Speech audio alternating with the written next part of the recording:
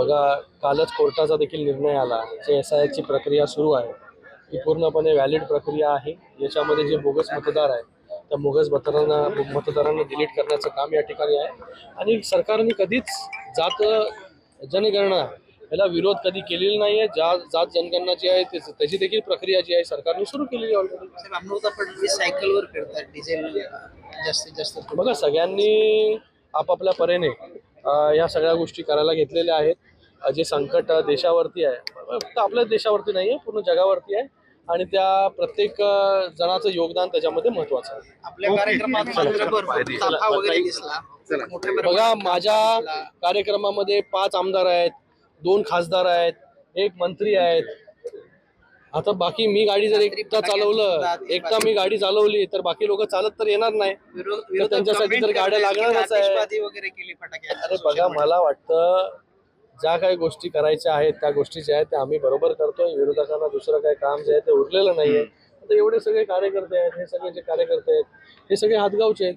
सगळे थोडी चालत येणार आहे किंवा बैलगाडीतून येणार आहे. आता सगळे जे आहेत आपापले सगळे एकत्र मिळून, काही मोटरसायकलवरती 2-2 लोक बसले आहेत, काही गाड्यांमध्ये जे 4-4 लोक जे आहेत हे बसलेले आहेत, काही लोक बसने आलेले आहेत.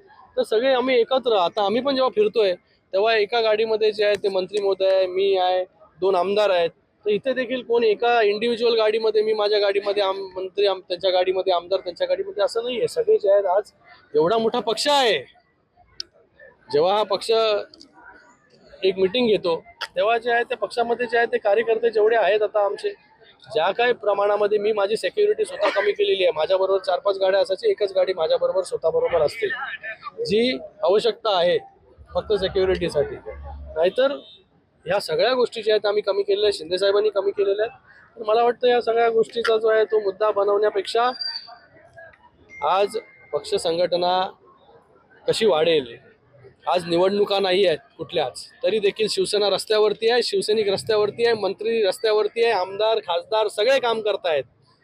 हे जे आहेत विरोधकांना बघवत नाहीये.